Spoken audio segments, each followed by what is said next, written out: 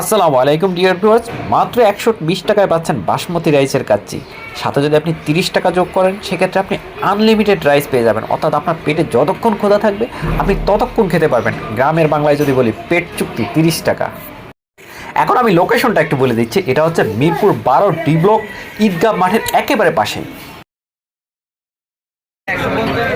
120, 150 আর আপনার 220।